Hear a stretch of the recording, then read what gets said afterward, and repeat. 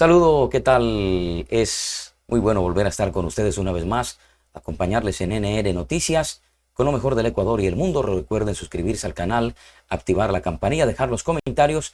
Es muy interesante para seguir creciendo cada día. Luego de los resultados que ya todos ustedes conocen, hemos hecho un análisis sobre los posibles pecados capitales que habrían desfavorecido o le habrían restado a la campaña de Luisa González, teniendo en cuenta que su mayor pecado capital es estar o haber llegado con la sombra del correísmo, porque para nadie es un secreto que queda demostrado por tercera vez consecutiva que ya los ecuatorianos no quieren parecerse a Venezuela, que no quieren llegar a ese poder del yugo izquierdista que en su momento hizo y deshizo.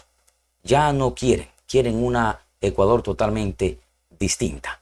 Pero nosotros nos tomamos a la tarea de averiguar cuáles fueron esos 7 pecados capitales cometidos por Luisa González en su campaña, para los que, o lo cual, bueno, los medios están tildando que se debe a esos 7 pecados capitales que se cometieron dentro de la campaña y los escándalos que rodearon al correísmo que salieron a relucir este 2025. Pues la noche de el pasado 9 de febrero de 2025, Luisa González emergía como la gran triunfadora de la primera vuelta. Objetivamente no la ganó, pero digamos que hubo un empate técnico. Lo separaba apenas unos 16,000 votos, en diferencia con Daniel Noboa. Y sobre todo, la actitud de estadística de la candidata en estos momentos transmitía la impresión de que ella podría tener opciones de llegar a la presidencia en segunda vuelta. Bueno, teniendo en cuenta que lo que le resta a la imagen del correísmo, no como ellos de pronto han pensado, que en vez, o como el señor Correa se le está creyendo, ya los tiempos han cambiado, señor Correa, que su imagen era la que estaba tratando de alzar o realzar la candidatura de Luisa González. Pues no.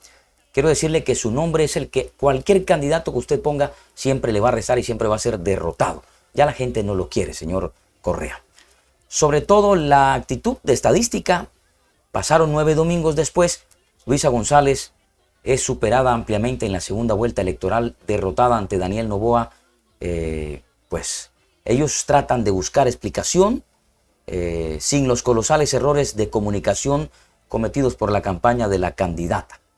En verdad, a ciencia cierta es que Luisa González ya estaba vatinizada a la derrota por lo que implicaba el hecho de estar asociada al correísmo.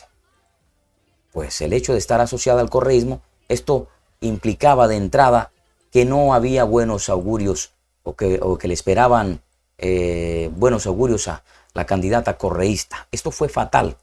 Atada a esta paradoja del llamado correísmo, la figura de Rafael Correa sigue siendo referencial para quienes anhelan su gobierno entre 2007 y 2017. Pero no es como ellos creen, que en vez de favorecer, por lo contrario, desfavorece. Es rechazada por lo que se enfocan en los aspectos nocivos de esta década y sus consecuencias que todavía se siguen percibiendo en el país. Pues aparte de todo eso, y hay que decirlo también, pues a la campaña de Luisa González también le afectó algunos errores cometidos como escándalos. Bueno, obviamente por estar ligada al correísmo, todos estos escándalos iban a repercutir directamente sobre la candidata Luisa González, que fue derrotada, como ustedes ya bien lo saben. No le sumó para nada la imagen de Rafael Correa. Este es el primer pecado capital, pues podemos decir, este es el primer pecado capital. Pero la sombra del correísmo era uno de los elementos innatos de la candidatura de González, con la que su equipo debía lidiar a diario, el rechazo de estar haciendo parte del correísmo. Pero las equivocaciones comenzaron a llegar en cascada y la candidatura de Luisa González se desplomó.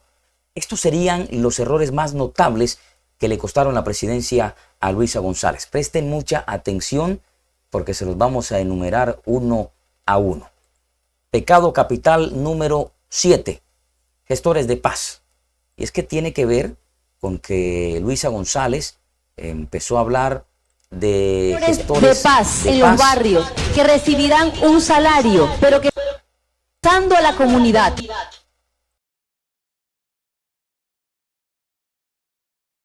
Ahí está el primer punto en contra de Luisa González, gestores de paz. En el tramo final de la campaña, Luisa González sacó a relucir la propuesta de los gestores de paz, que como bien es sabido, pues la gente no quiere imitar cosas de la izquierda en países como Cuba y Venezuela que tanto daño le han hecho a la democracia. Un tema realmente inoportuno porque reactivó la percepción de su cercanía a Nicolás Maduro y los regímenes autoritarios que aplican sistemas parecidos de control social. Luisa González no logró establecer claramente que sus gestores de paz no tenían nada que ver con los tristemente célebres comités de defensa de la Revolución de Cuba, pero sí tenía algo que ver, porque hablar de que van a haber personas de civil tratando de impartir normas y justicia en los barrios, eso es, a futuro se convierte en grupos deliberadamente, como en Colombia, grupos paramilitares, grupos colectivos como en Venezuela. Y esto no hay que callarlo, ni tampoco hay que ser de pronto muy inteligente para saberlo, que eso desencadena en todo eso. Pero más allá de todos los errores capitales cometidos por Luisa González, ellos saben perfectamente a todo lo que estuvieron expuestos y todo lo que su equipo de trabajo estuvo expuesto en esta campaña.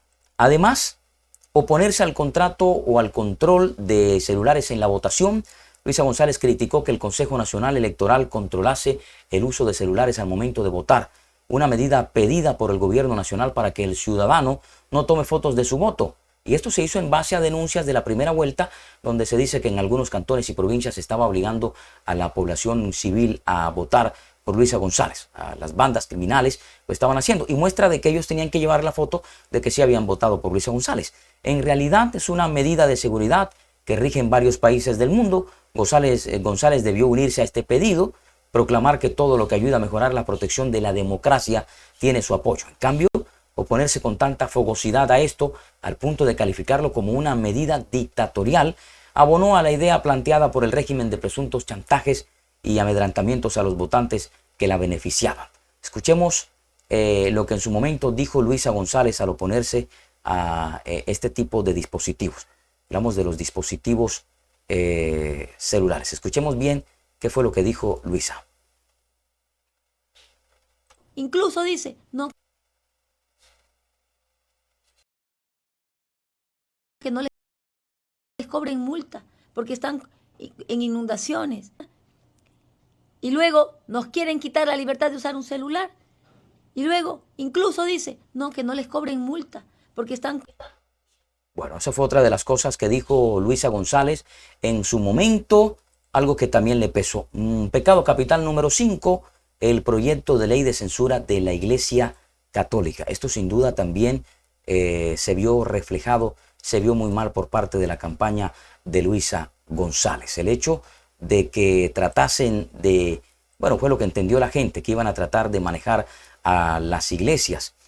Cabe la expresión conmigo como esos para qué enemigos, con amigos como esos para qué enemigos.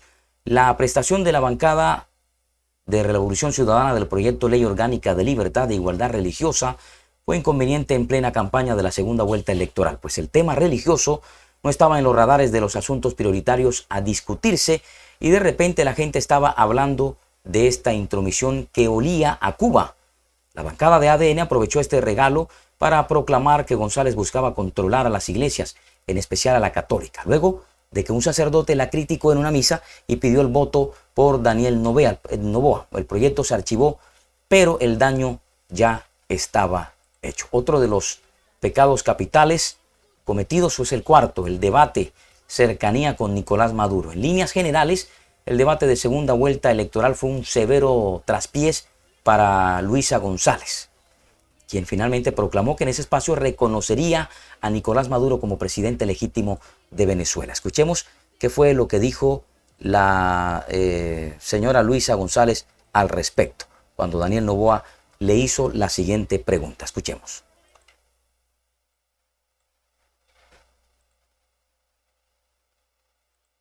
Nicolás Maduro. Sí, necesito reconocer el gobierno de Nicolás Maduro para poder devolver a los venezolanos que tú permitiste que ingresen de forma irregular y desordenada a través de tu decreto 370 a mi país. Eso dijo Luisa González al respecto. El pecado capital número 3, Paola Cabezas y la dolarización a la ecuatoriana. El eslogan Luisa te desdolariza viene desde 2023 y fue uno de los factores de la derrota de González en este año. Escuchemos cómo fue eso de que Paola Cabezas, asambleísta del correísmo, pues no maneja el tema y se equivocó en este sentido y pues manifestó lo siguiente. Escuchemos. La dolarización no implica pensar en inglés, no, a la ecuatoriana. Hay que hacer una dolarización que se sujete a las necesidades productivas que tenemos nosotros. Entonces. Nosotros. Eso dijo en su momento Paola Cabezas, otra de las cosas que le costó también a esta campaña.